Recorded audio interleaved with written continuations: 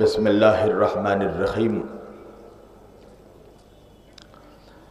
الحمدللہ رب العالمین الحمدللہ الذی ہدانا لہذا وما كنا لنهتدی لولا ان ہدانا اللہ لقد جاءت رسل ربنا بالحق الصلاة والسلام والتحیت والاکرام علی سید اشرف الانبیاء والمرسلین خاتم النبیین طہ و یاسین شفیع المذنبین امام الحرمین والقبلتین وسیلتنا فی الدارین صاحب قاب و قوسین جد الحسن والحسین محبوب رب المشرقین و رب المغربین مولانا و مولا الثقلین سیدنا و نبینا و شفیعنا و طبیبنا و حبیبنا و کریمنا و امامنا و ملجانا و مغیثنا و اولنا و اوسطنا و آخرنا و کلنا حضور جناب ابو القاسم احمد مجتبی محمد مصطفیٰ صلی اللہ علیہ وآلہ وسلم وَأَهْلِ بَيْتِهِ الطَّيِّبِينَ الطَّاهِرِينَ الْمَعْصُومِينَ الْمَظْلُومِينَ الْمُنْتَخَبِينَ الْمُنْتَجَبِينَ الْغُرِّ الْمَيَامِينَ وَأَصْحَابِهِ الْمُتَّقِينَ الْمُنْتَخَبِينَ الْمُنْتَجَبِينَ وَلَعْنَةُ اللَّهِ عَلَىٰ أَعْدَائِهِمْ أَجْمَعِينَ مِنْ يَوْمِنَا هَٰذَا إِلَىٰ قِيَامِ يَوْمِ الدِّينِ أَمَّا بَعْدُ فَقَدْ قَالَ اللَّهُ تَعَالَىٰ فِي الْفُرْقَانِ الْحَمِيدِ والمحکم کتابہ المجید وقولہ الحق بسم اللہ الرحمن الرحیم قد جاءکم من اللہ نور وکتاب مبین صدق اللہ المولانا العلی العظیم وبلغنا رسولہ النبی الامین الکریم ونحن علی ذلک لمن الشاہدین والشاکرین والحمدللہ رب العالمین۔ ایک بار دیگر درود پڑھے پر محمد و آل محمد پر۔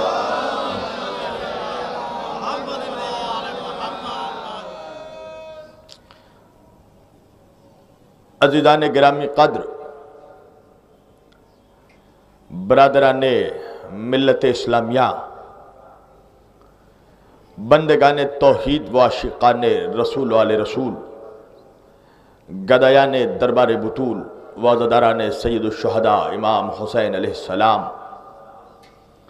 مولا آپ سبوں کے جذبہ ایمانی کو زندہ و سلامت رکھے۔ بحمدللہ ماشاءاللہ، اللہ کے فضل و کرم سے اہل بیت اطہار علیہ السلام کے صدقے طفیل اور وسیلے سے یہ اس بارگاہ عالیہ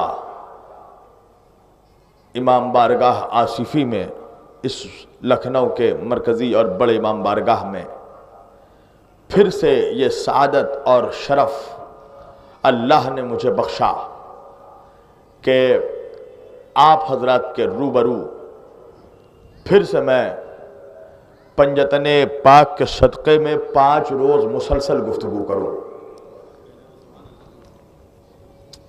مجھے معلوم ہے کہ میرے سامنے مجمع بہت مختصر ہے، مگر میں کیا کروں کہ میں اس در کا نوکر ہوں کہ جہاں پر 72 لوگوں نے مل کر لاکھوں کا جنازہ نکال دیا تھا۔ دیکھیے، مجمع بھلے ہی میری آنکھوں کے سامنے بہت زیادہ نہیں ہے، مگر پھر بھی انشاءاللہ اللہ کی رضا اور اہل بیت اطہار علیہ السلام کا کرم ہوا اور آپ کی ذوق سماعت بیدار ہوئی تو جس طرح اس امام بارگاہ میں عشرہ مجالس ایک تاریخی عشرہ ہوا، بحمدللہ انشاءاللہ یہ خمسہ مجالس بھی لکھنؤ کا ایک تاریخی خمسہ ہوگا، بشرط یہ ہے کہ آپ بولتے رہیں۔ کم ہے اس کا یہ ہرگز مطلب نہیں کہ آپ خاموشی کا مظاہرہ کریں، اس لیے کہ میں جو خزانے لے کر آیا ہوں، جو اہل بیت کے در سے مجھے بھیک میں ملی ہے، وہ خزانے میں تبھی نچھاور کروں گا جب خزانے لینے والے باظرف ہوں گے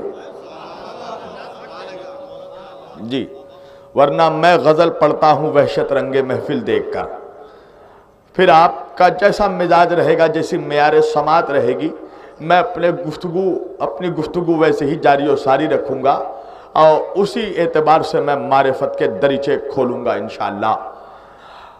عزیزان گرامی، یہ ہمارے یہاں کے آصفی امام بارگاہ کے جو خدام ہیں، امپلائیز ہیں، ان کا مسلسل اصرار تھا اور یہ اللہ کی مرضی تھی، اہل بیت کا بلاوا تھا، سارم بھائی وغیرہ اور ہمارے خرم بھائی اور شاداب بھائی اور شجر بھائی اور بالخصوص میرے عزیز بھائی ظہر بھائی، ان سبوں کا بہت اصرار تھا، تو اور میں ان سبوں کے سامنے تہہ دل سے میں ان کا شکریہ بھی ادا کرنا چاہتا ہوں کہ انہوں نے تاریخ کچھ اور بتائی تھی، مگر میرے اصرار کی وجہ سے انہوں نے ان تاریخوں میں یعنی 14 صفر سے 18 صفر تک خمسہ مجالس رکھا، اور یہ اعلان بھی آپ سماعت کر لیں کہ انشاءاللہ اس خمسے کی تیسری مجلس جو ہوگی، یعنی 16 صفر المظفر کو، 16 صفر یعنی پرسوں جو مجلس ہوگی انشاءاللہ وہ اس امام بارگاہ میں رات کو 11 بجے ہوگی۔ عزیزان گرامی، میں باضابطہ اپنی گفتگو کا آغاز کرنا چاہتا ہوں، ایک مرتبہ ایسی بلند ترین صلوات پڑھیں کہ مجھے یہ نہیں لگے کہ میرے سامنے یہ مختصر سا مجمع ہے، مجھے یہ لگے کہ یہ 72 والا مجمع ہے، باواز بلند صلوات پڑھیں۔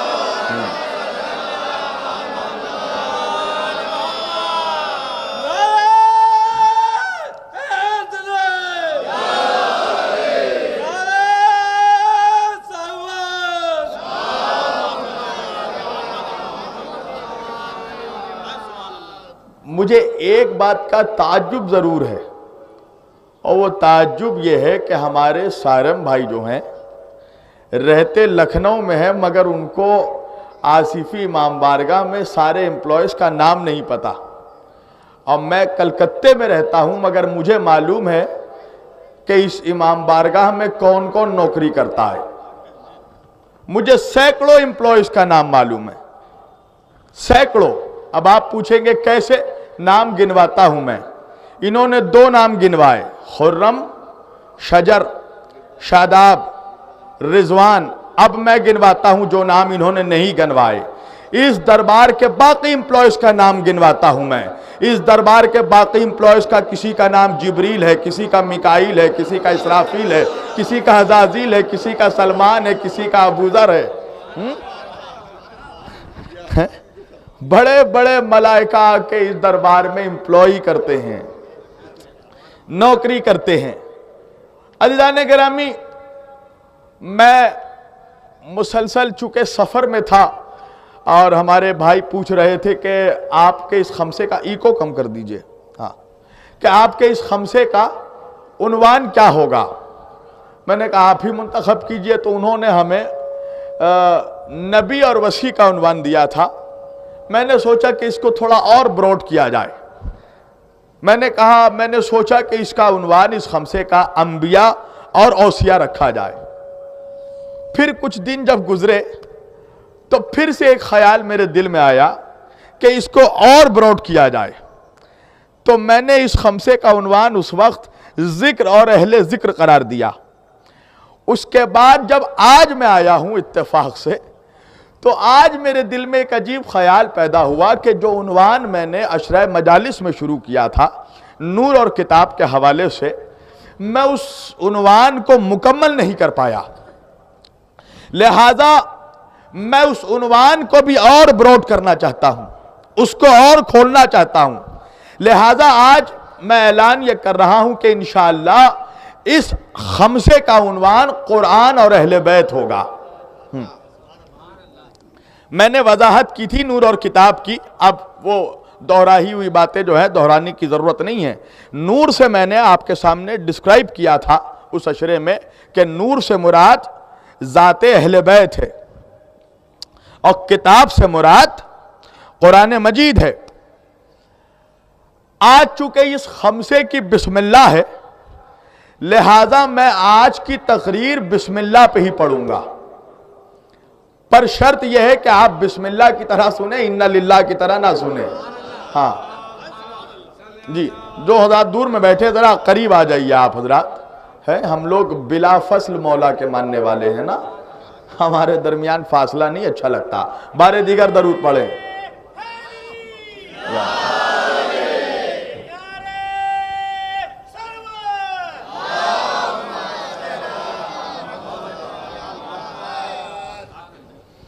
بسم اللہ الرحمن الرحیم۔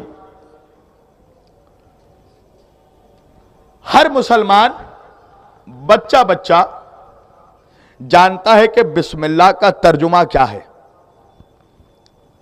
چھوٹے سے بچے سے بھی پوچھئے گا تو وہ بھی بتا دے گا کہ بسم اللہ الرحمن الرحیم کا ترجمہ کیا ہے، اور بسم اللہ الرحمن الرحیم کی افادیت کیا ہے، فضیلت کیا ہے۔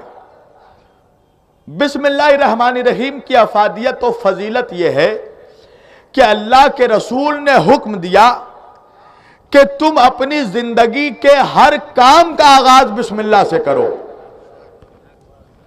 ہر کام کا آغاز بسم اللہ سے کرو، یعنی کھانا کھاؤ تو بسم اللہ کہہ کر، پانی پیو تو بسم اللہ کہہ کر، گھر سے باہر نکلو تو بسم اللہ کہہ کر، گھر کے اندر واپس آؤ تو بسم اللہ کہہ کر، مصلی بچھاؤ تو بسم اللہ کہہ کر، عبادت کرو تو بسم اللہ کہہ کر، تلاوت کرو تو بسم اللہ کہہ کر، ریاضت کرو تو بسم اللہ کہہ کر، کسی کام کا آغاز کرو تو بسم اللہ کہہ کر، صبح کا آغاز ہو بسم اللہ کہہ کر، رات کا اختتام ہو بسم اللہ کہہ کر۔ تو بھائی آخر اس بسم اللہ میں ایسی خاص بات کیا ہے کہ صرف زندگی کا آغاز نہیں بلکہ قرآن کے ہر سورے کا بھی آغاز بسم اللہ سے کروایا۔ دیکھیے آواز میری تھکی ہوئی ہے، یقین جانیے مسلسل سفر کرتا ہوا رہا ہوں، صرف 4 روز اپنے گھر پہ رہا ہوں میں، اور میں اپنی آواز کا یا سفر کا یا تھکن کا بہانہ نہ کل میں نے کیا تھا نہ آج میں کروں گا، اس لیے کہ جب اس منبر پر بیٹھ گیا ہوں تو فقط سیدہ کے بھروسے پہ بیٹھا ہوں۔ ہاں بس جب تک آپ بولتے رہیں گے تب تک میں بولتا رہوں گا، اور جہاں آپ کی خاموشی کا مجھے مظاہرہ ہوگا میں اپنے دامن کو اسی وقت سمیٹ لوں گا۔ عزیزان گرامی، اس لیے کہ یوسف وہیں بکتا ہے جہاں خریدار موجود ہوں۔ ہاں جی، ظرف کو بلند کریں تاکہ علی کے فضائل آپ تک میں پہنچا سکوں، اہل بیت کی عظمت آپ کے گوشے گزار کر سکوں، ہمدن گوش ہو کر سنیں۔ ہر زندگی کے کام کا آغاز بسم اللہ سے، قرآن مجید کے ہر سورے کا آغاز بسم اللہ سے۔ قرآن مجید میں ٹوٹل 114 سورے ہیں۔ کتنے سورے ہیں؟ 114 سورے ہیں۔ کتنے سورے ہیں نوجوانوں؟ 114 سورے ہیں، جس میں سے 86 سورتیں مکی ہیں، 86 سورتیں مکی ہیں، اور 28 سورتیں مدنی ہیں۔ 86 سورتیں مکی، 28 سورتیں مدنی، یعنی 86 سورتیں مکے میں نازل ہوئیں اور 28 سورتیں مدینے میں نازل ہوئیں۔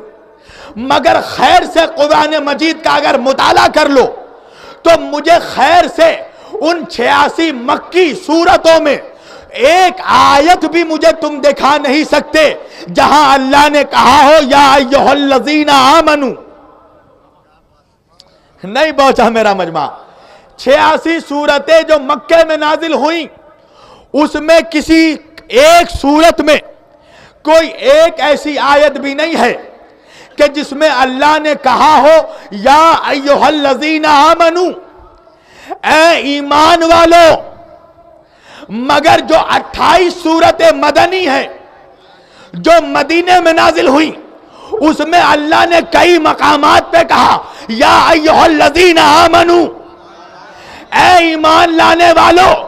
مکے کی کسی صورت میں ایمان کا ذکر نہیں، مدینے کی صورتوں میں ایمان کا ذکر، یعنی اللہ قرآن میں بتا رہا ہے کہ دیکھو مکے میں اسلام تھا، مدینے میں ایمان تھا۔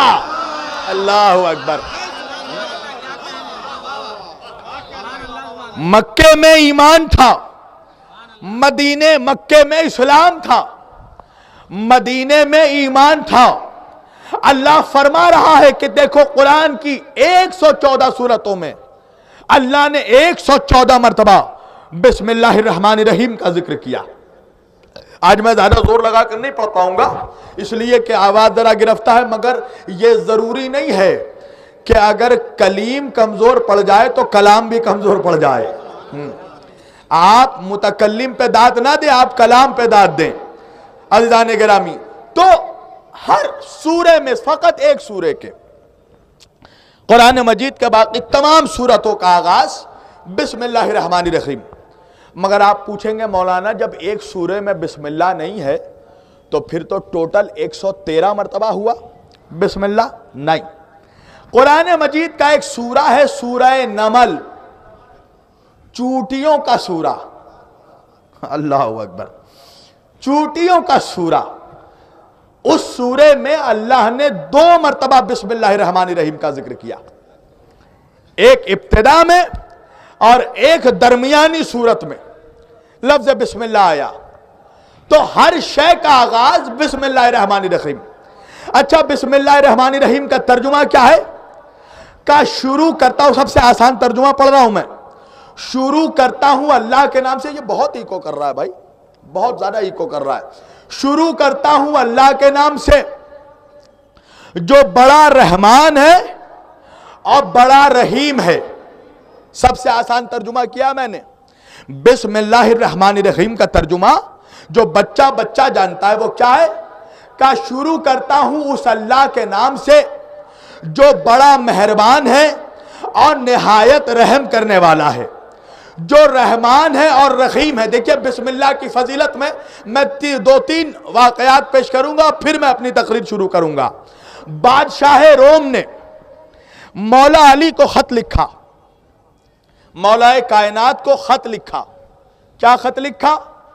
کہ اے مسلمانوں کے خلیفہ، میرے سر میں عجیب و غریب درد اٹھتا ہے، اور جب درد اٹھتا ہے تو میں بے چینی سے تڑپنے لگتا ہوں، جسے آج کے زبان میں اس برین کے درد کو مائیگرین کی بیماری کہتے ہیں، مائیگرین کی بیماری۔ تو وہ بیماری اس بادشاہ روم کے سر پہ ہو گئی تھی۔ اتنا درد ہوتا تھا کہ وہ درد سے تڑپتا رہتا تھا، پاگل ہو جاتا تھا۔ اس نے مولا علی کو خط لکھا کہ آپ مسلمانوں کے خلیفہ ہیں، آپ کو قرآن اور احادیث پر بہت عبور ہے، لہٰذا آپ مجھے کوئی دوا یا کوئی نسخہ پرسکرائب کریں۔ تو مولا علی علیہ السلام نے اسے ایک اون سے بنی ہوئی ٹوپی مولا نے اس کو تحفے میں بھیجا، اور خط میں لکھ کر بھیجا کہ جب جب تیرے سر میں درد ہو تو یہ ٹوپی پہن لینا، تو تو سر کے درد سے نجات پا جائے گا۔ اب روایت لکھنے والے نے لکھا کہ جب جب بادشاہ روم کے سر میں درد ہوتا تھا تو وہ ٹوپی پہن لیتا تھا مولا کی دی ہوئی، اور فوراً اس کو درد سے نجات حاصل ہو جاتا تھا۔ تو 2 سال گزر گئے، جب جب اس کے سر میں درد اٹھتا وہ ٹوپی پہن لیتا، اس کو نجات مل جاتی۔ آخر میں 2 سال جب گزر گئے تو اس نے ایک مرتبہ اس کو یہ خیال آیا کہ آخر اس ٹوپی میں ایسی کیا خاص بات ہے کہ جو بڑے بڑے حکیموں نے اس بیماری کا علاج نہ کیا، ایک ٹوپی پہن کر اس کا علاج ہو جاتا ہے، مجھے درد کے بیماری سے نجات مل جاتا ہے۔ تو اس نے چیک کرنا شروع کیا کہ آخر اس ٹوپی میں ایسی خاص بات کیا ہے۔ تو جب اس نے ٹوپی کے اندر کے کپڑوں کو کھولا تو ٹوپی کے اندر کے کپڑے میں اسے ایک رقعہ ملا، ایک کاغذ کا ٹکڑا ملا۔ جب اس نے کاغذ کا ٹکڑا نکالا تو کاغذ کے ٹکڑے پہ لکھا تھا بسم اللہ الرحمن الرحیم۔ اللہ اکبر، اللہ اکبر۔ اس کاغذ کے ٹکڑے پہ لکھا تھا بسم اللہ الرحمن الرحیم۔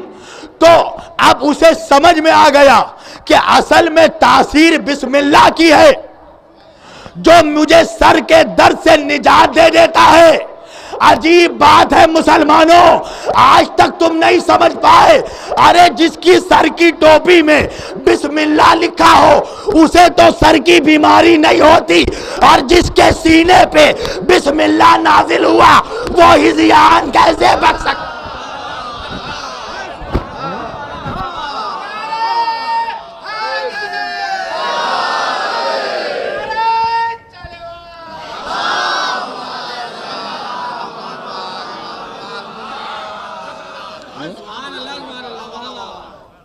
جس کی ٹوپی میں بسم اللہ کی آیت لکھی ہو، اللہ اکبر، اس کو تو سر درد کی بیماری نہیں ہوتی، اور جس کے دل پہ بسم اللہ نازل ہوا مسلمان اس کے دماغ پہ شک کر رہا ہے۔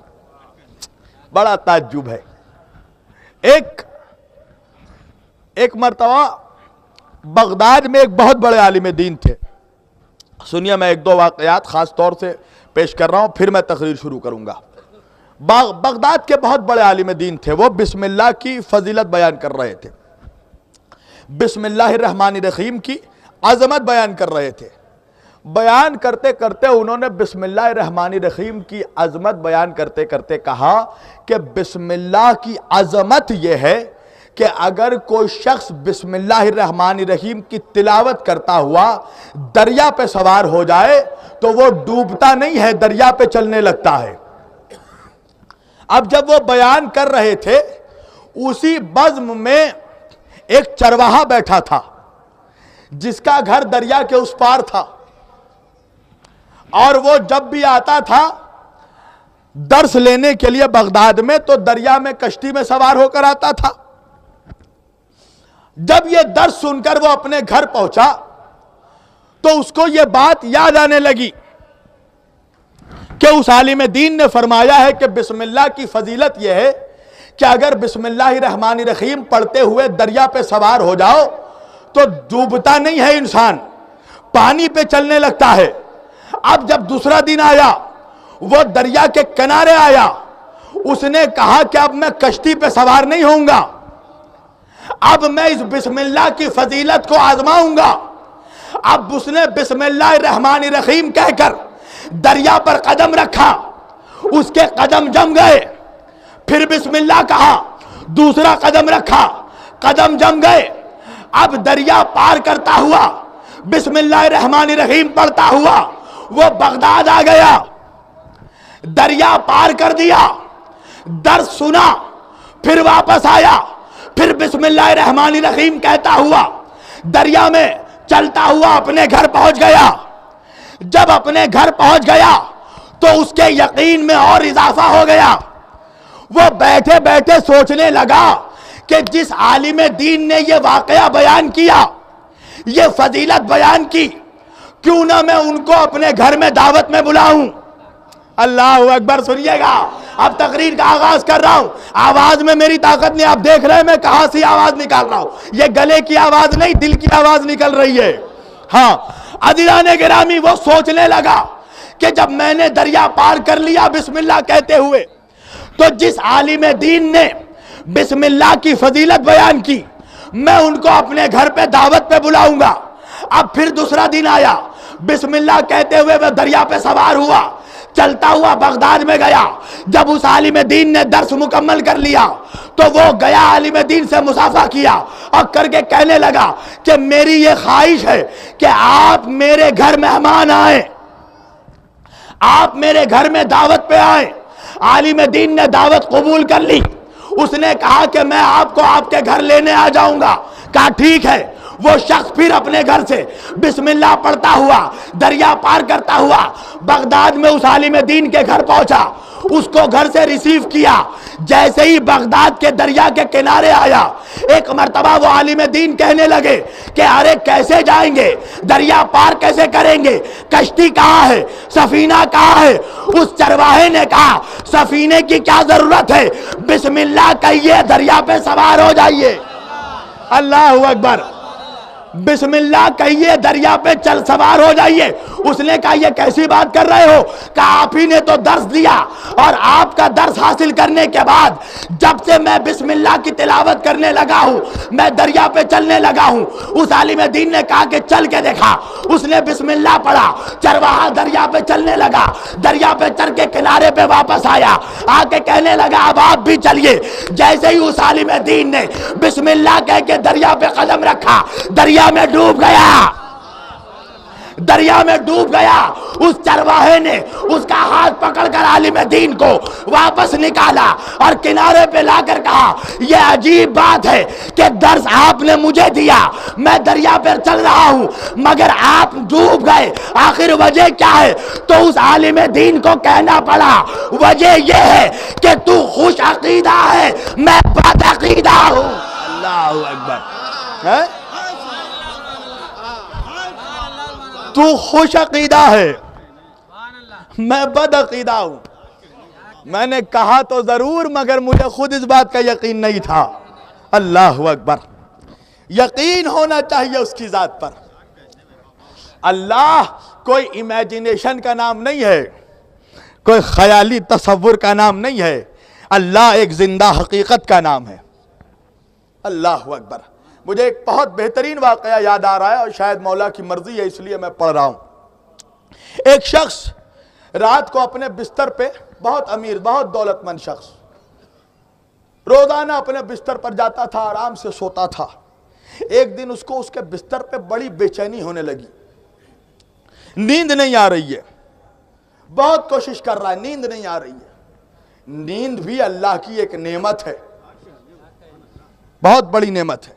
نیند نہیں آ رہی ہے اس کو, بستر پہ بے چین ہو گیا. آدھی رات کو اپنے بستر سے اٹھا, گھر سے نکلا, گاڑی پہ سوار ہوا.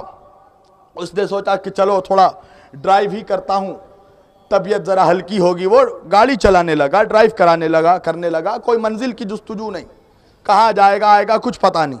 گاڑی چلاتے چلاتے اس کو راستے میں ایک مسجد نظر آئی. اس نے کہا کہ چلو اللہ کے گھر میں چل کے نماز پڑھتا ہوں, شاید دل کو سکون ملے. وہ شخص مسجد میں داخل ہوا. اب مسجد میں داخل ہو کر وضو بنانے بیٹھا. اس کو کسی کے رونے کی آواز آنے لگی. اس نے دیکھا کہ ایک شخص مسجد کے کونے پر بیٹھ کر بے تحاشا رو رہا ہے, بے تحاشا گریہ کر رہا, آنسو بہا رہا ہے. اس کے دل میں یہ خیال آیا اس امیر زادے کے کہ ہو نہ ہو شاید آج مجھے بستر پر بے چینی اسی لیے ہو رہی تھی, شاید خدا نے مجھے اس کی مدد کے لیے بھیجا ہے. سنیے, میں ایسی گفتگو سننے کی بھی عادت آپ حضرات ڈالے ضرور انشاءاللہ, تاکہ باضابطہ میں گفتگو کا آغاز کروں. اب اس کے دل میں یہ خیال پیدا ہوا کہ ہو نہ ہو یہ بے چینی شاید اسی شخص کے سبب ہو, اللہ نے مجھے اس کی مدد کے لیے بھیجا ہے. وہ وضو کرنے کے بعد اس شخص کے پہلو میں آ کے بیٹھ گیا. وہ امیر زادہ, وہ بزنس مین, تجارت تاجر. جب اس نے دعا کر لی اس شخص نے, تو یہ امیر زادہ جو تھا, یہ تاجر جو تھا, اس سے پوچھنے لگا کہ بھائی تو اتنے چیخ چیخ کر کیوں رو رہا ہے, اتنا کس بات کی تکلیف ہے تجھے, کیا تڑپ ہے کہ اتنی اندھیری رات کو تو رو رو کر بارگاہ خداوندی میں فریاد کر رہا ہے. وہ شخص کہنے لگا کہ کل صبح میری بیوی کا ہارٹ آپریشن ہے, اس کے دل کا آپریشن ہے. کہا تو پھر؟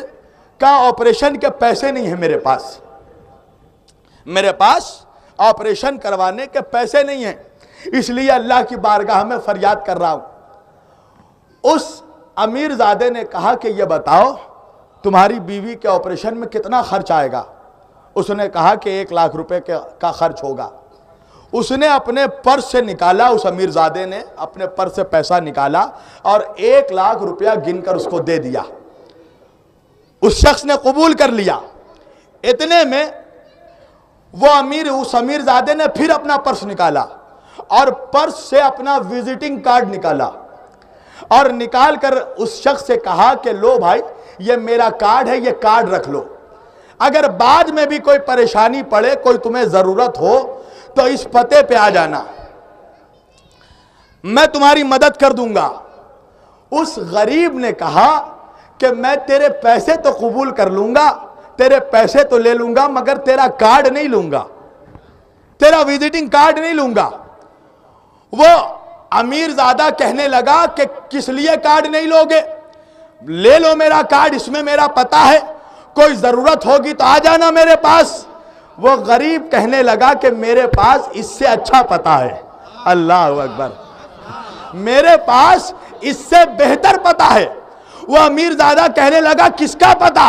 کہا اسی کا پتہ جس نے تجھے آج یہاں بھیجا ہے۔ اللہ اکبر،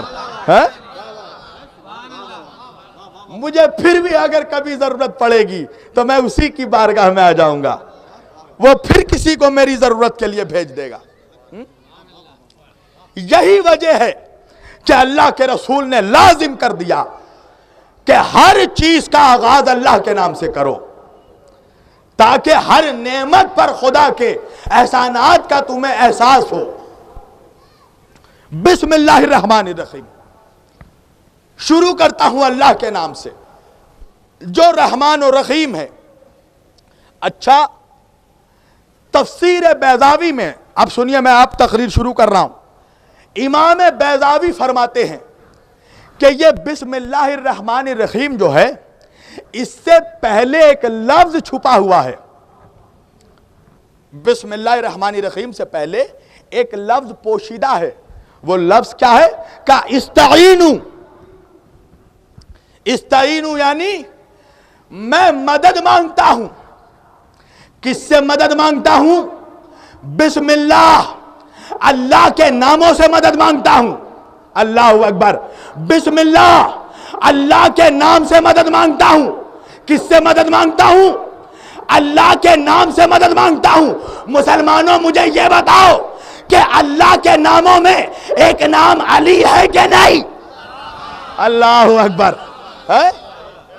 اللہ کے ناموں میں ایک نام علی ہے کہ نہیں؟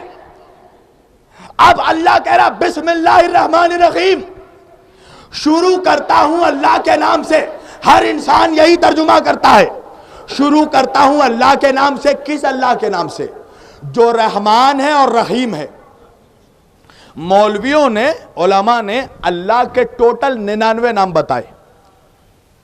کتنے نام؟ اسماء حسنہ 99 نام، یہ علماء نے تحقیق کر کے بتایا۔ حالانکہ جس کی ذات لامحدود ہو اس کا نام محدود نہیں ہو سکتا۔ یہ ہماری علمی تحقیق ہے کہ ہمیں اس کے صرف 99 نام ملے، تو ان 99 ناموں میں اللہ کے اور بھی نام ہیں۔ وہ قدوس بھی ہے، وہ مالک بھی ہے، وہ قدیم بھی ہے، وہ قادر بھی ہے، وہ مطلق بھی ہے، وہ صادق بھی ہے۔ مگر اللہ کو آخر اپنے یہی دو نام اتنے پسند کیوں آئے کہ اللہ نے ہر چیز کا آغاز اسی دو نام کے ساتھ کیا؟ بسم اللہ الرحمن الرحیم، شروع کرتا ہوں اللہ کے نام سے جو رحمان ہے اور رحیم ہے۔ بندہ یہ نہیں کہتا شروع کرتا ہوں اللہ کے نام سے جو مالک اور قدیم ہے، جو قدوس اور قدیر ہے، نہیں، اس اللہ کے نام سے جو رحمان ہے اور رحیم ہے۔ تو پروردگار، آخر تجھے اپنے ان دو ناموں میں ایسا کیا پسند ہے کہ تو نے باقی سارے ناموں کو چھوڑ دیا اور فقط ان دو ناموں کو منتخب کیا، رحمان اور رحیم؟ تو مالک یہ بھی تو بتا دے کہ تو رحمان ہے تو کس لیے اور رحیم ہے تو کس لیے؟ اللہ نے کہا جاہل، مجھ سے رحمان کا مطلب پوچھ رہا ہے، میں پورا سورہ رحمان اتار دیتا ہوں۔ اللہ اکبر، ہے؟ اچھا، اس مائک کا سسٹم بھی کل چینج کیجئے گا سارم بھائی، بالکل ایک دم گڑبڑ ہے آج پہلے دن۔ ہاں میں مان رہا ہوں کہ پہلے دن ہے، یہ آزمائش ہے، مگر روز کے روز امتحانات مت لیجئے گا مجھ سے۔ بسم اللہ الرحمن الرحیم، رحمان ہے اور رحیم ہے، تو پروردگار رحمان ہے تو کس لیے ہے؟ رحیم ہے تو کس لیے ہے؟ اللہ نے کہا تو رحمان کس لیے پوچھ رہا ہے؟ میں نے قرآن میں پورا سورہ رحمان نازل کر دیا. تو مالک بتا کہ تو رحمان کس لیے؟ میں نے کیا کہا؟ کلیم میں نہیں کلام میں بولنا ہے آپ کو. تو پروردگار کس لیے رحمان ہے؟ کہا الرحمن، میں رحمان ہوں.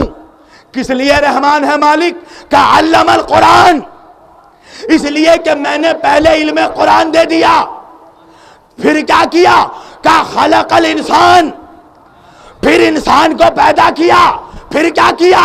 کہا علمہ البیان، پھر بیان کرنے کی طاقت دے دی. تو پروردگار وہ انسان کون ہے؟ کائنات کا ہر انسان جاہل پیدا ہوا. تو قرآن میں کہہ رہا واللہ اخرجکم من بطون امہاتکم لا تعلمون شیئا. کائنات کا ہر انسان جاہل پیدا ہوا. تو وہ انسان کون ہے جسے تو نے پہلے علم قرآن دے دیا، پھر پیدا کیا، پھر قرآن پڑھنے کی طاقت دے دی. اللہ قرآن میں فرما رہا ہے لَقَدْ خَلَقْنَا الْإِنسَانَ فِي كَبَدٍ، ہم نے اس انسان کو کبد میں پیدا کیا. تو کبد کیا ہے؟ جا کر عربی لغات اٹھا کر دیکھ لو. کبد کہتے ہیں زمین کے مرکزی حصے کو، زمین کا سینٹر پوائنٹ. اب میں کیا کروں کہ سائنسدانوں نے بتایا زمین کا سینٹر پوائنٹ ہے کعبہ، اور کعبے میں آیا مولود کعبہ.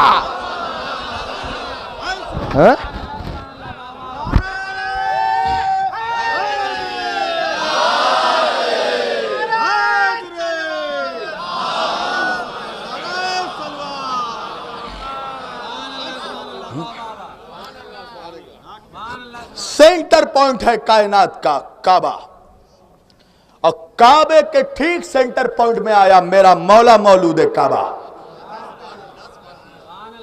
سمجھ میں آیا؟ اللہ رحمان ہے علی کی وجہ سے. ہائے ہائے ہائے ہائے ہائے. اچھا آیت میں تو رحیم کا بھی لفظ ہے. پروردگار تو رحیم کس لیے ہے؟ یقین جانیے میں زور نہیں لگا پا رہا ہوں، میں بار بار کہہ رہا ہوں کلیم پہ نہیں کلام پہ بولیے گا آپ. ماشاءاللہ یہ لکھنؤ کا مجمع ہے، یہ شعراء ادباء اور علماء کا مجمع ہے. یہ مجمع وہ ہے کہ جس نے قلب عابد صاحب کو سن رکھا ہے، خطیب الایمان طاہر جرولی صاحب کو سن رکھا ہے. لہذا آپ کو کچھ بولنے کی ضرورت نہیں ہے. مالک سمجھ میں آ گیا تو رحمان ہے کہ تو نے علی کو خلق کیا. پروردگار تو رحیم کس لیے ہے؟ اللہ پھر قرآن میں فرما رہا ہے سورہ بقرہ کی آیت بسم اللہ الرحمن الرحیم فَتَلَقَّى آدَمُ مِن رَبِّهِ کلمات فَتَابَ عَلَيْهِ إِنَّهُ هُوَ التَّوَّابُ الرَّحِيمُ. ہم نے آدم کو معذرت کے توبہ کے چند کلمات سکھا دیے. فَتَلَقَّى آدَمُ مِن رَبِّهِ، آدم نے اپنے رب سے معذرت کے چند کلمات سیکھے. کلمات فَتَابَ عَلَيْهِ، جس کی وجہ سے آدم کی توبہ قبول ہو گئی. إِنَّهُ هُوَ التَّوَّابُ الرَّحِيمُ، اس لیے کہ اللہ تواب بھی ہے اور رحیم بھی ہے. اللہ اکبر. کس لیے رحیم ہے؟ کہا اس لیے کہ ہم نے آدم کو چند کلمات سکھائے. ہم نے آدم کو کلمات سکھائے. کلمات کی وجہ سے اللہ رحیم ہے. اب پھر آگے بڑھ کے چلیے قرآن پڑھیے. اللہ فرما رہا حضرت ابراہیم علیہ السلام کے لیے بسم اللہ الرحمن الرحیم وَإِذَا ابْتَلَىٰ إِبْرَاهِيمَ رَبُّهُ بِكَلِمَاتٍ فَأَتَمَّهُنَّ وَقَالَ إِنِّي جَاعِلُكَ لِلنَّاسِ إِمَامًا.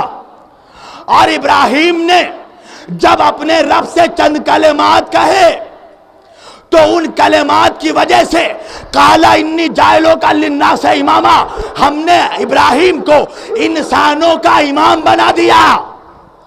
تو بھائی کلمات کیا ہے؟ کہ کلمات وہ ہے جس کی وجہ سے اللہ رحیم، کلمات وہ ہے جس کی وجہ سے آدم کی توبہ قبول ہوئی، کلمات وہ ہے جس کی وجہ سے ابراہیم کو امامت ملی. اب میرے نوجوانوں کو حق ہے وہ مجھ سے پوچھے کہ مولانا یہ کلمات ہے کیا؟ تو جا کر اٹھا کر پڑھ لو عربی لغات. کلمات ہے 5 حروفوں کا مجموعہ. کلمات کیا ہے؟ 5 حروفوں کا مجموعہ. آپ کو میرے اشرے کی تقریر یاد ہے نا؟ میں نے کیا کہا تھا کہ عربی گرامر میں فقط الفاظ ورڈز مذکر اور مؤنث نہیں ہوتے، الفابیٹس حروف بھی مذکر مؤنث ہوتے ہیں۔ تو کلمات کیا ہے کہ جس کی وجہ سے اللہ رحیم، جس کی وجہ سے آدم کی توبہ قبول ہوئی، جس کی وجہ سے ابراہیم کو امامت ملی، کلمات ہے 5 حروف کا مجموعہ، کاف لام میم الف تا۔ اب جا کر اٹھا کر دیکھ لینا لغت کو، کاف ہے مذکر مرد کے لیے، لام ہے مذکر مرد کے لیے، میم ہے مذکر مرد کے لیے، الف ہے مذکر مرد کے لیے، مگر آخر میں جو تا ہے وہ ہے مؤنث عورت کے لیے۔ اللہ بتا رہا ہے کلمات کچھ نہیں، 5 لوگوں کے نام ہیں، 4 مرد ہیں 1 عورت ہے۔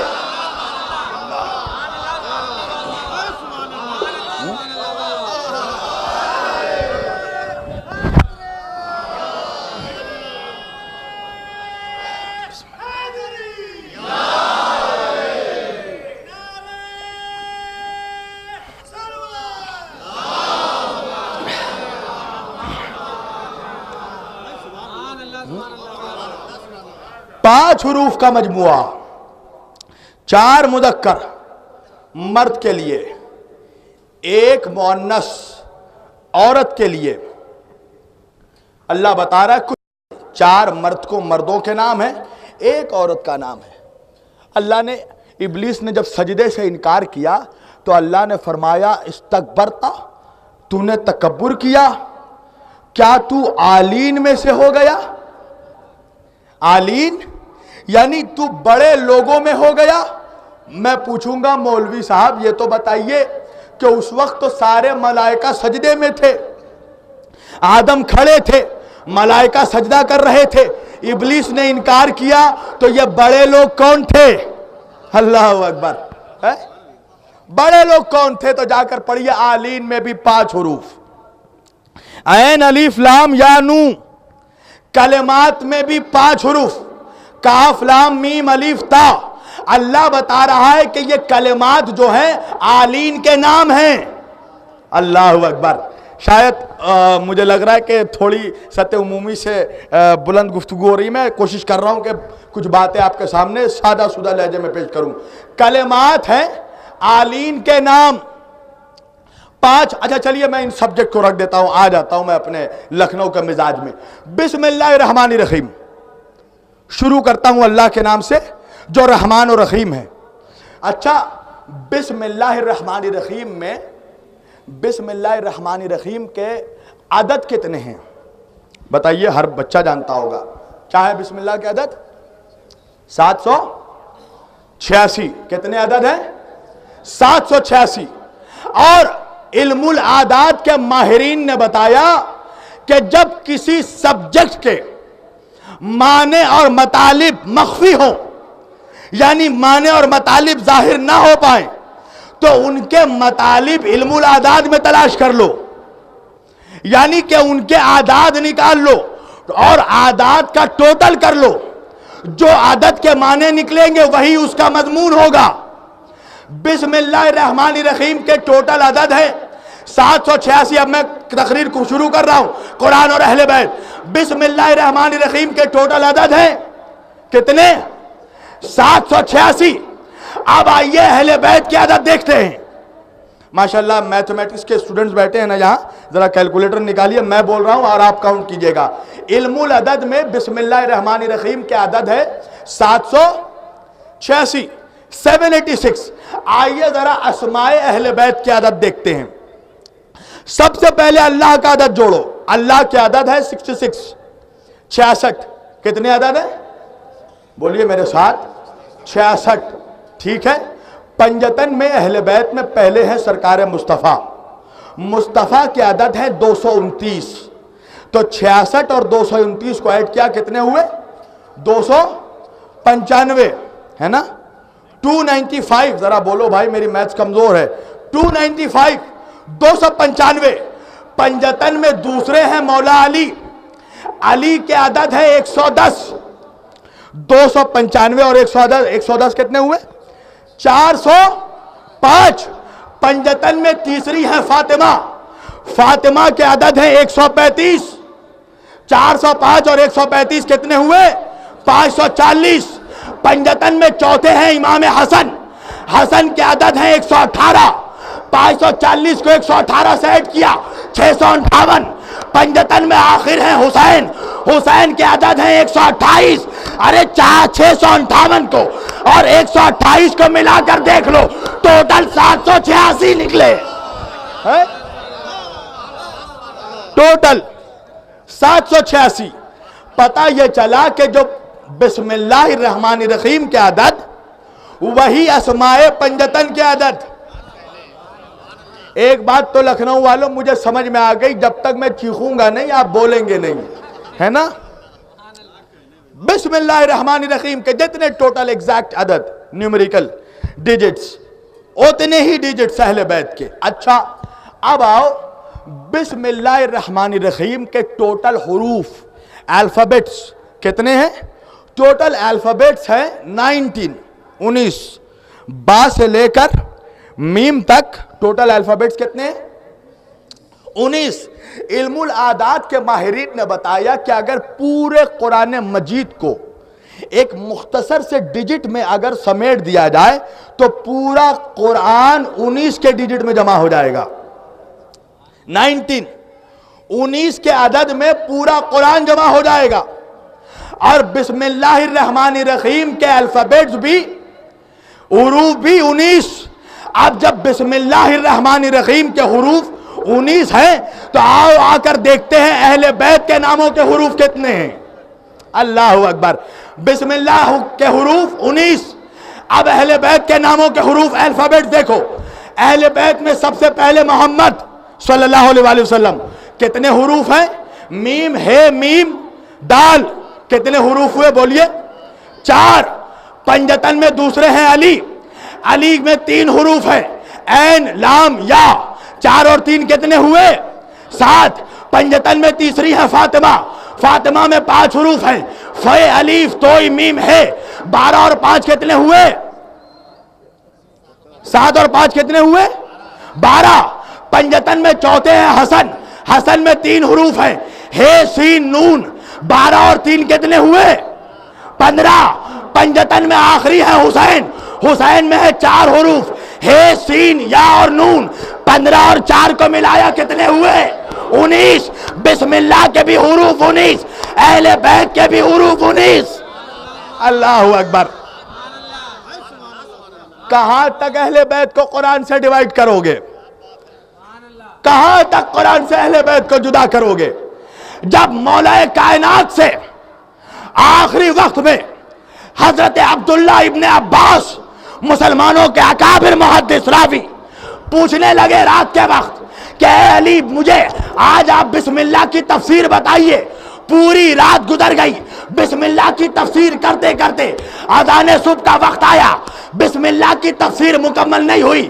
علی نے کہا اے عبداللہ ابن عباس، اگر تم زندگی بھر مجھ سے بسم اللہ کی تفسیر پوچھتے رہو گے تو 70 اونٹوں میں بھی تفسیر بھر جائے گا، مگر علی کی زبان نہیں رکے گی۔ المختصر سن لو، بسم اللہ کی تفسیر یہ ہے کہ کائنات کا جب تمام علوم جمع ہوا تو قرآن میں جمع ہو گیا، قرآن کا سارا علوم جب سمٹا تو سورہ الحمد میں سمٹا، سورہ الحمد کا علوم جب سمٹا تو بسم اللہ الرحمن الرحیم میں سمٹا۔ بسم اللہ کو جب سمٹو گے تو وہ بسم اللہ کے بے میں سمٹے گا، بسم اللہ کے بے کو سمٹو گے تو وہ بے کے نقطے میں سمٹے گا، اور تجھے نہیں معلوم وَأَنَا نُقْطَةُ تَحْتَ اللَّطِيفَةِ، میں اس بے کا نقطہ ہوں، میں اس بے کے نیچے کا نقطہ ہوں۔ اچھا سوچنے کی بات ہے نا کہ مولا نے خود کو بے کا نقطہ کیوں کہا؟ آپ ادھر ادھر مت دیکھیے، یہاں وہی بیٹھے گا جو مولا جس کو بیٹھانا چاہیں گے، ہاں کون آئے جائے اس سے کوئی فرق نہیں پڑتا۔ بسم اللہ میں مولا علی نے خود کو بے ہی کا نقطہ کیوں کہا؟ نون کا نقطہ کہہ دیتے، یہ کا نقطہ کہہ دیتے ہیں، یہ کا نقطہ کہہ دیتے۔ نبی نے، علی نے پورے قرآن میں، اچھا بسم اللہ چھوڑ دیے، پورے عربی حروف تہجی میں علی نے خود کو بے کا نقطہ کہا، یا علی نون کا نقطہ کہہ دیتے خود کو، یہ کا نقطہ کہہ دیتے خود کو، تے کا نقطہ کہہ دیتے خود کو، سے کا نقطہ کہہ دیتے خود کو. کہا نہیں، جہاں پر تمام مولویوں کا علوم سرنڈر ہو جاتا ہے وہاں سے علی کے علم کا آغاز ہوتا ہے. بھئی وجہ کیا ہے؟ سوچنے کی بات ہے نا کہ علی نے خود کو بہی کا نقطہ کیوں کہا؟ نون کا نقطہ کہہ دیتے، کہہ سکتے تھے، مگر کیا ہوتا کہ اگر نون سے نقطہ ہٹاؤ گے تو وہ نون غنہ بن جائے گا. اللہ جانے آپ کہاں سن رہے ہیں. نون سے اگر نقطہ ہٹائیے گا تو وہ نون غنہ بن جائے گا. تے سے اگر ایک نقطہ ہٹائیے گا تو وہ خود نون بن جائے گا. سے اگر ایک نقطہ ہٹائیے گا تو وہ تا بن جائے گا. مگر بے ایک واحد ایسا حرف ہے جس سے نقطہ ہٹائیے گا تو کچھ نہیں بچے گا. اللہ اکبر. جس سے نقطہ ہٹائیے گا تو کچھ نہیں بچے گا. یعنی علی بتا رہے ہیں اگر اسلام سے مجھے ہٹا دیا تو کچھ نہیں بچے گا. کچھ نہیں بچے گا. بھئی آؤ لکھنؤ والوں تمہارا جملہ بیان کرتا ہوں. ایک گاؤں میں ایک کنویں میں کتا گر گیا. دیکھیے اتنا ایسے سطح عمومی سے اتنا میں گر کر مثال نہیں دیتا، مگر میں بچوں کے لیے بھی پیش کر رہا ہوں کہ علی نے کیوں کہا کہ اگر مجھے ہٹا دو تو کچھ نہیں بچے گا. بھئی ایک گاؤں میں ایک کنویں میں کتا گر گیا. وہ لوگ پریشان ہو گئے کہ کنویں کا پانی کیسے پیئیں. ایک مولوی صاحب کے پاس آئے، آ کے کہنے لگے مولوی صاحب گاؤں کے کنویں میں کتا گر گیا ہے اور ایک لوتا کنواں ہے پورے گاؤں میں، تو اب اس پانی کو پاک کیسے کیا جائے؟ مولوی صاحب نے کہا کہ 40 بالٹی پانی نکال کر پھینک دو. 40 بالٹی پانی نکال کر پھینک دو. ان لوگوں نے 40 بالٹی پانی نکال کر پھینک دیا. مولوی صاحب کو جا کے کہا کہ ہم لوگوں نے آپ نے جیسا کیا تھا ویسا ہی ہم نے کر دیا، اب تو کنواں پاک ہو گیا ہوگا نا؟ کہا ہاں ٹھیک ہے چلو میں بھی چلتا ہوں. مولوی صاحب بھی چلے. مولوی صاحب نے کہا ایک اور بالٹی پانی نکالو. جب پانی نکالا کہا کہ مجھے پینے کے لیے دو. جب گلاس میں پانی پینے کے لیے مولوی صاحب نے لیا تو کیا دیکھا؟ پانی میں کتے کا بال موجود ہے. پانی میں، اب سنیے لکھنؤ کی گفتگو کر رہا ہوں، پانی میں کتے کا بال موجود ہے. مولوی صاحب نے کہا میں نے کہا تھا 40 بالٹی پانی نکالنے کو، نکالا کہ نہیں؟ کہا ہاں نکال دیا. کہا تو پھر یہ بال کیسا؟ کہا چلو کنویں میں جھانک کر دیکھتے ہیں. اب جب مولوی صاحب نے کنویں میں جھانک کر دیکھا تو کیا دیکھا؟ کتا اندر ہی موجود ہے. اللہ اکبر. کتا اندر ہی موجود ہے. مولوی صاحب کہنے لگے ارے میں نے کہا تھا 40 بالٹی پانی نکالنے کو، نکالا تھا کہ نہیں؟ کہا ہاں نکال تو دیا. کہا بے وقوفو، پانی تو نکال دیا، کتے کو نہیں نکالا. اب نہیں سمجھے؟ بھائی نمازیں لے کر، روزے لے کر، حج لے کر، زکوٰۃ لے کر منافق قیامت میں جائے گا، جنت میں جانا چاہے گا. فرشتے کہیں گے نہیں کیا لے کر آیا ہے؟ کہا نماز لے کر آیا ہوں، روزہ لے کر آیا ہوں، حج لے کر آیا ہوں، زکوٰۃ لے کر آیا ہوں. کیا دل سے علی کے بغض کا کتا نکالا کے لائے؟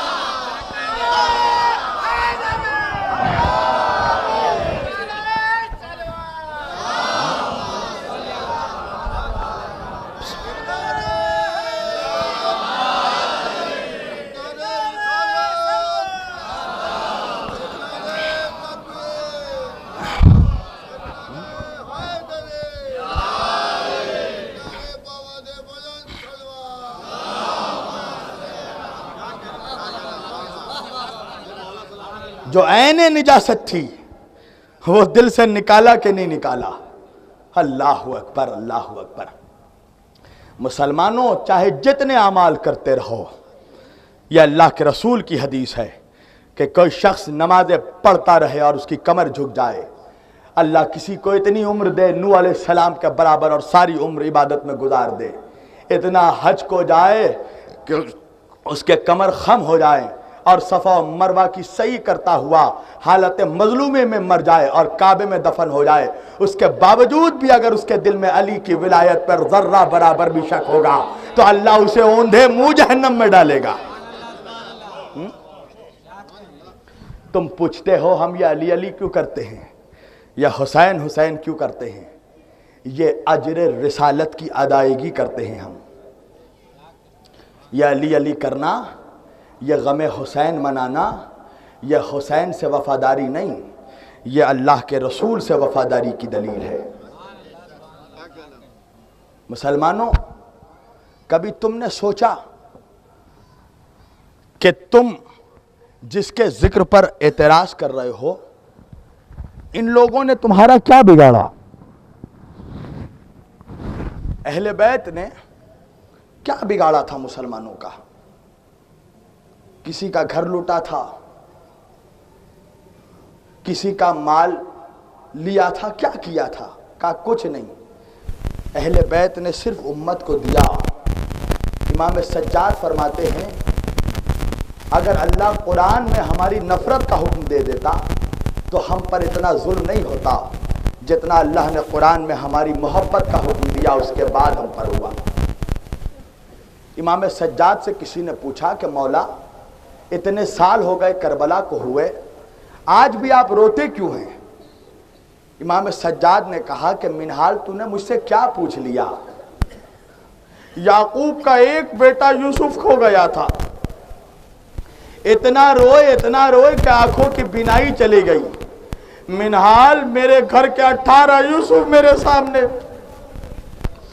ہاں عزیزو، آپ روتے ہیں نا، ابھی میں نے مصائب شروع کیے، آپ کے آنکھوں میں آنسو آ گئے، کیوں؟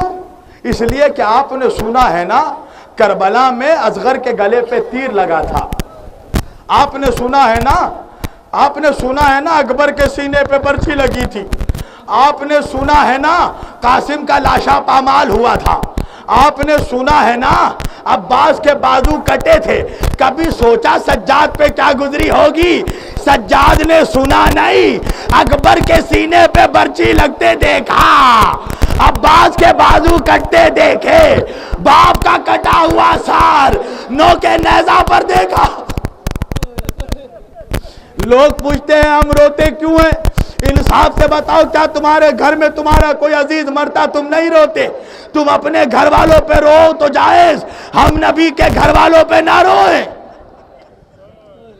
ہاں عزیزو، جب واقعہ کربلا رسول اللہ نے سنایا نا، اہل بیت جمع تھے، حضرت ام المومنین ام سلمہ اپنی جگہ سے کھڑی ہوئی۔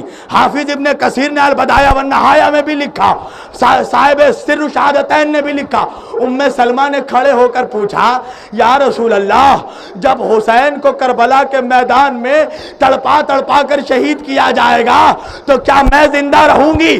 کہا ام سلمہ تم زندہ تو ہوگی مگر کربلا میں نہیں، مدینے میں ہوگی۔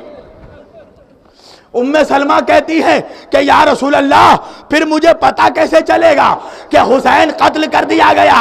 ہاں عزیزو، رسول کائنات نے ایک چند مٹی اپنی مٹھی میں اٹھائی، ایک شیشی میں ڈال کر ام سلمہ کے حوالے کیا، کہا اے ام سلمہ جب یہ مٹی کربلا کی مٹی خون سے بھر جائے تو سمجھ جانا میرا حسین مار ڈالا گیا۔ یہ اسی زمین کربلا کی مٹی ہے جہاں میرا اکبر ایڑیا رگڑے گا، جہاں میرے بچوں کے لاشیں پامال کیے جائیں گے۔ ہاں عزیزو، حضرت ام سلمہ فرماتی ہیں کہ جب سن 61 ہجری کی تاریخ آئی، عاشور کی تاریخ آئی، میں اپنے بستر پر مدینے میں لیٹی تھی، میں نے کیا دیکھا؟ خواب میں رسول اللہ تشریف لائے ہیں۔ کیا حال ہے نبی کا؟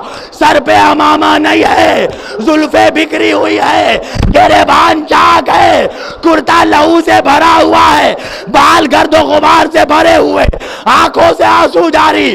ام سلمہ نے پوچھا یا رسول اللہ آپ کا یہ حال کیسا؟ کہ ام سلمہ تجھے نہیں معلوم، ارے میرے حسین کے سینے پر چڑھ کر ایک شخص میرے حسین کے گلے پہ چھری چلا رہا ہے۔ میرا حسین کربلا کے میدان میں ذبح کر دیا گیا۔ ام سلمہ نیند سے جاگ گئی، اب جو شیشی نکالا کیا دیکھا کہ کربلا کی مٹی لہو سے بھر آئی ہے۔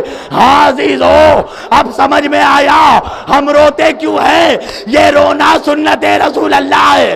جب یہ واقعہ، بس میں نے تمام کر دی، جب یہ واقعہ رسول اللہ نے اپنے اہل بیت کو سنایا نا، امام حسین اسی جگہ بیٹھے تھے، مولا کا کمسینی کا عالم تھا۔ حسین اپنی جگہ سے اٹھے، نانا کے پاس گئے، جا کے کہنے لگے نانا نانا نانا یہ بتائیے، نانا یہ بتائیے کہ اس سرزمین میں، اس زمین کربلا میں مجھے شہید کیا جائے گا نانا، تو آپ موجود ہوں گے؟ کہا نہیں حسین، میں موجود نہیں رہوں گا۔ ایک مرتبہ فاطمہ کہنے لگی اے بابا آپ کربلا میں نہیں ہوں گے تو یہ بتائیے میرے بابا کیا کربلا میں میں رہوں گی؟ کہا بیٹی تم بھی نہیں ہوگی۔ کہا بابا میرے شوہر علی ہوں گے؟ کہا نہیں بیٹی علی بھی نہیں ہوں گے۔ کہا حسن ہوگا؟ کہا نہیں حسن بھی نہیں ہوگا۔ کہا بابا کوئی نہیں ہوگا تو میرے حسین پہ روئے گا، میرے حسین پہ روئے گا کون؟ میرے حسین پہ آنسو کون بہائے گا؟ جبریل پیغام لے کر آئے، یا رسول اللہ، اللہ نے خبر دی ہے اللہ ایک ایسی قوم پیدا کرے گا جس کے بچے حسین کے بچوں پہ روئیں گے، جس کے جوان حسین کے جوانوں پہ روئیں گے، جن کی عورتیں حسین کی عورتوں پہ روئیں گی۔ ہاں عزیزو، حسین نے جب یہ بات سنی نا، ایک مرتبہ نانا سے کہنے لگے نانا جب میرا رونے والا قیامت میں آئے گا نانا تو آپ میرے رونے والوں کو کیا جزا دیجئے گا نانا؟ کہا میرے لال کیا تجھے نہیں معلوم میں شافع محشر ہوں، یہ میرا تجھ سے وعدہ ہے حسین، جب تیرا رونے والا قیامت میں آئے گا میں سب سے پہلے تیرے رونے والوں کی شفاعت کروں گا۔ ہاں عزیزو، حسین نانا کے پاس سے اٹھے، بابا علی مرتضیٰ کے پاس گئے، کہا بابا نانا شافع محشر ہے، میرے رونے والوں کی شفاعت کریں گے، بابا آپ میرے عزاداروں کو کیا جزا دیجئے گا؟ کہا بیٹا حسین کیا تم نے نانا سے نہیں سنا؟ نانا نے تمہارے فرمایا ہے یا علی انتا ساقی کوثر، اے بیٹا میرا تجھ سے وعدہ ہے جب کر قیامت کے دن لوگ پیاس سے تڑپ رہے ہوں گے میں سب سے پہلے تیرے عزاداروں کو کوثر سے سیراب کروں گا۔ عزیزو، حسین نے یہ جملہ سنا نا، ایک مرتبہ بھیا حسن کے پاس گئے، کہا بھیا آپ میرے رونے والوں کو کیا جزا دیجئے گا؟ کہا بھائی حسین کیا تم نے نانا سے نہیں سنا؟ نانا نے فرمایا ہے الحسن والحسین سیدہ شباب اہل الجنہ، اے میرے بھائی ہم دونوں جنت کے سردار ہیں، میرا تجھ سے وعدہ ہے جب تیرا عزادار قیامت میں آئے گا میں سب سے پہلے تیرے رونے والوں کا فردوس میں استقبال کروں گا۔ ہاں عزیزو، بس میں نے تمام کر دی۔ اب حسین نے سنا ایک مرتبہ، نہ نانا کے پاس گئے، نہ بابا کے پاس گئے، نہ بھیا کے پاس گئے، ماں کے گود سے جا کر لپٹ گئے، نانا شافع محشر ہے، رونے والوں کی شفاعت کریں گے، بابا ساقی کوثر ہے، رونے والوں کی تشنگی بجھائیں گے، بھیا جنت کے سردار ہے، رونے والوں کا استقبال کریں گے۔ اماں آپ کیا صلہ دیجئے گا؟ کہا میرے لال میں جنت کے دروازے پر تب تک بیٹھی رہوں گی جب تک تیرا ایک ایک عزادار جنت نہ چلا جائے، تیری ماں جنت کے دروازے پر